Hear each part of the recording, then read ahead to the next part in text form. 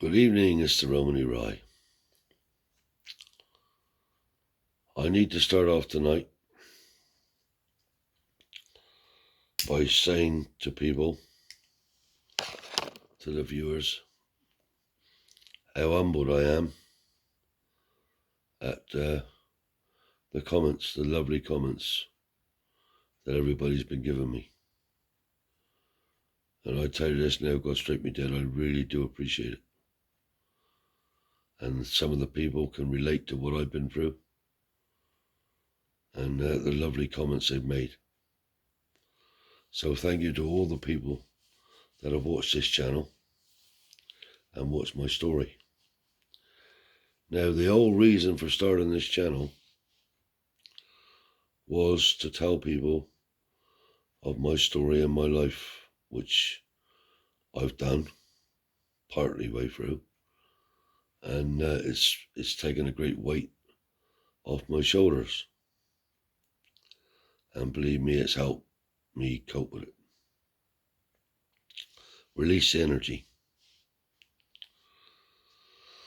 The other reason for the channel is I want as many people, and anybody that's seeing this tonight that wants to put up an interview on this channel, I welcome you with open arms, because that's what it's about. It was about interviewing other people from all walks of life, not just travellers.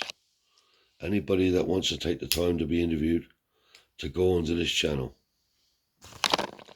Of course, the main essence is about gypsies and travellers, but it's not only for that.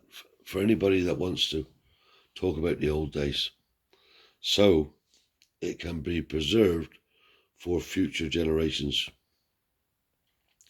who have an interest in the old gypsy way of life. Now, on my farm here now, as it stands today, I've got a campsite, and there's 10 or 12 wagons up there. Bow tops, square tops, redden wagons, ledge wagons, kite wagons, showman's wagons I got here. Every horse cart you can think of, trolleys, London trolleys. There was one London trolley here that was used in the Steptoe films. I got Bradford Flats here. We renovate wagons here, bow tops. We've done a big renovation last year for a lady. So anything to do with gypsy life and traveller life, there's a museum here. Is here for the Heritage Centre. It's called Romany Rise Camping, Devon, Custivardos. And it's here for anybody to enjoy. You can come and stay. There's fishing lakes here. So what I'm trying to say is that's what would entice people to have an interview done. And that's what I'm trying to do for future education. Now, 2 weeks ago, I done a video on my mum's oldest brother, Uncle Fred. Now, the only reason I didn't put that video up is because I thought I was at the right distance, but I was too far away. Some of it you can't hear the answers and they're mumbled. So I was going to edit it, which I had my chance to do. But what happened? Last Friday night, I drove over my phone. Smashed the screen. So now I'm waiting for somebody to take the information from the phone to put it on the computer so I can then upload the video of my Uncle Fred. He's 83. So, like I said, I've tried to explain what it's all about. So anybody that wants to be interviewed and be involved in this channel, I welcome you. So tonight, I'm going to tell you about a mistake The start of my mistakes. As I told you, I left school and went to learn the trade of welding. Why my father pushed me to do that, I will never know.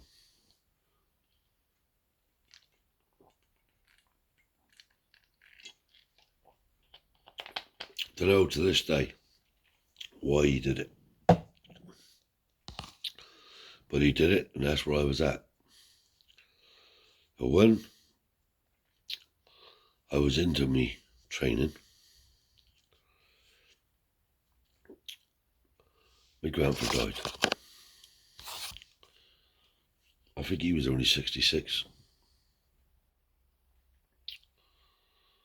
Because you got to remember, my mother was only 46 and my father was only 38. And they died within 9-10 weeks of each other. So they wouldn't have aged today too. But anyway, when my grandfather died, the old woman was over there living on her own. And my father said to me, "You got to go over and live with your granny." I should have said at that time, no, no fucking way, I'm not doing it.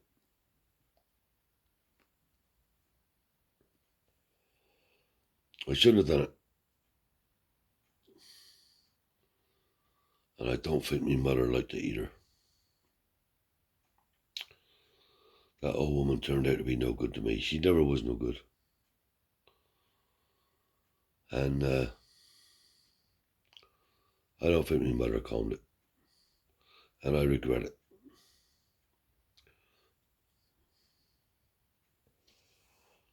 So that was my first big mistake. Right, so now I'm over there living and I'm back working on the firm. So my father decides to buy a brand new truck. The truck was for me, but to be used in the business. That was fair enough. So I used to do all the outside cutting then with Donald Tangy. Poor old Donald, who got killed in my own yard. Me and he was working together. And all the outside jobs, me and Donald used to go out and do. Mostly cutting. Quarries, mines, wherever there was a job, me and Donald would go and do it. They drop a roll-on, roll-off bin or a skip. We loaded in the skip, job done. But it was never enough for Tommy Ware, you know. Never enough. It's a long time ago now, but if I remember rightly, I think Uncle Harry was working back then. Because my father had to put his foot down and say he had to come back because the old woman was upset that Tommy and Harry was always falling out. So I think at that time,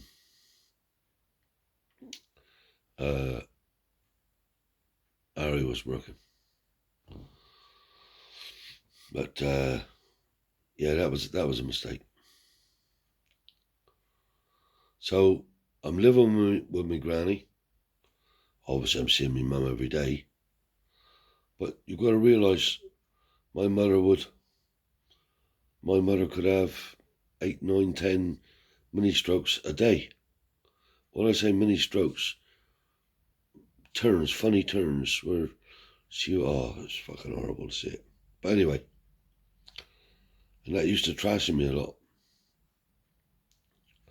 And I started courting my future wife at that time, but see, my wife could take it. Yeah, my mother used to let her wash her and all sorts, but only certain people could do that, you know. Yeah, so that was my mistake. Tommy Ware was never satisfied. The biggest row I ever had with my dad was over I said to my father one day, I said, Why don't you turn your share of the business over to me? You're not well, I said. I said, and I'll just work, and you just give me enough to get by. I don't want no big money. He said, son, it's all been taken care of. Everything been sorted. I said, well, I don't trust Uncle Tommy. Your father give me fucking murder, man. Murder. But I was right not to trust him, because my mother had their cards marked for years, boy. Years. She fucking knew. She knew. So, that was a bad old time. And I saw my mother do things that she didn't want to do. And really she was made to do. And I should have said something, but I didn't at the time. So moving on from that, Aunt Jane and Uncle Tommy was over our place a lot then. Aunt Jane was at my mother's place every day. All her sisters was good, man. But Aunt Jane was there every day. Looking after her and doing my mum's cleaning and what have you. And I used to get around with Aunt Janet's boys then, Tommy and Freddie. I used to get around with Abit. At that time I was 16, but even going back to when I was 14, Tommy Matthews let me drive his van on the road, his little Morris Thousand van. Mad on Morris Thousands. I love him too. Good old Morris Thousand van, or a pickup. Yeah. So that's one thing I'm unhappy about. That there. And moving on now, I'll tell you another funny story. This one is funny. This is years later, when I had my own scrapyard up the top. That just triggered my brain about the Morris Thousand. Now, I've always had Morris Thousands. I got some here now. My cousin Eddie come to me, he said, do you want to go fishing with us? I said, yeah. He said, pick me up. Right. Picks it up. Now, my old Morris Thousand, I picked it up in the Morris Thousand. My old Morris Thousand door, if you slammed in, sometimes he would catch, sometimes he wouldn't. Now, Eddie is a big old boy. I said, where are we going? He said, we do a bit of poaching. Down Leestown, he said. I said, all right. He said, but when we get there in a minute, I'll take you in through the field, he said. We'll park the car up against the edge. But we've got to walk down through. But you've got to be careful, because it's all flat and greenhouses. And there's glass everywhere. I said, Miles, for fuck's sake. I said, you're right, follow me. Anyway, down we goes now. Crunch, crunch on some of the glass. Good job I got my boots on. Gets thinner now. Gets to the edge, over the edge. Pops down across the bank into these big fishing lakes. Right. Now, I didn't have a rod because I just wanted to watch he. He's an expert fly fisherman, see. Anyway, he was spinning that night, I'm telling a lie. Spinning. So he casts out. And we was both crouching down beside the bank. Casts out, spinning in, like that, spinning in. 2 or 3 times. Fuck me, the 4th time. Push. He's into this big trout. Now this trout is jumping out the water. And when I interview him, because I don't tell lies, he'll tell you the truth. He jumped out the water that high. He triggered the light sensor off. And the alarms went off. He said, Gel, Well, he fucked off because he knew the way back. Left me there. I'm trying to clamber up over his edge now. I get over it. He's gone. Now I got to go back through this grass, am I? Crunch, crunch, crunch, crunch, crunch. And the mush is shouting, "You bastards, turn the juggles on us." Anyway, we was through he was back at the car. Eddie was. Sitting in the car. Thought that he'd fucking closed the door. Anyway, turns the key on this old Mars 1000. Goes straight be dead.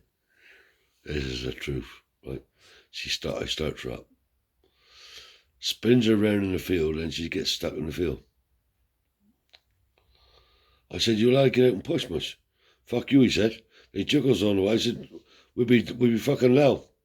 So he opens the door, gets out, and pushes on the door, see? So he got one hand, I guess, on the inside of the car. He was strong enough, he could lift the fucking car. He's like a bull. And one hand on the door. So he's pushing me forward now. So I gets a bit of grip, and he suddenly takes off. So he's hollering at me to stop, and he flumps into the car like that, see? And he thought that he slammed my door. Well, we're going out for the field now, skidding like that. And we hit the hard ground. She takes off. No lights, I didn't have no lights on. I comes out through the field gate, and I do a hard right-hand turn, right?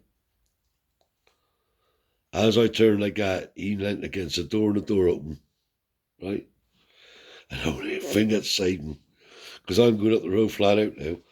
His big old boot went under the dashboard of the Mars 1000, and he was in the car like that, telling me to slow down. And I just gotten back in the car before I hit the edge with the fucking door, and the door went bang, shut. Imagine if he wasn't in the car. I took his head off. Yeah, that was a good old night, me and he. Yeah, we had a fucking good laugh that night. Another night, he said we'll try a bit of beach fishing tonight down Portreath. I was hiring nothing for Portreath much. He said, yeah, he said there'd been some good bass caught there anyway. Gets down there. He had two brand new, because he's mad on, he's a sportsman. He was British champion for archery and anything to do sport-wise, gun dogs, shooting, whatever. Anyway, he had two brand new beach casters, Abus, reels and rods, brand new, gleaming. I hired nothing for Patrice, but she said, yeah, we'll try it then. She said, been plenty of bass caught down there anyway. Gets down there now. He sets these two rods up. Now, we weren't paying attention. The tide was coming in. And we was walking back with the tide. Anyway, this time she rumbled in like that. And he was back and sitting in his chair like that with his headlamp on, shining on the top of the rods like that. Next thing, the two rods went straight in the panny. The lot gone. And I was laughing that much, but he had his own back. We come back up the beach like that, and I went to jump over the wall and forgot there was a drop that side of about 4 foot and nearly bust myself in half. Yeah, so we had a good old night that night. He lost his rods and I nearly bust myself up. But anyway, it's been nice talking to you tonight. And I'll say it's bye-bye now from the Romany Rye. And I'll come back to you tomorrow with another one of my stories. And once again, thank you very much and God bless.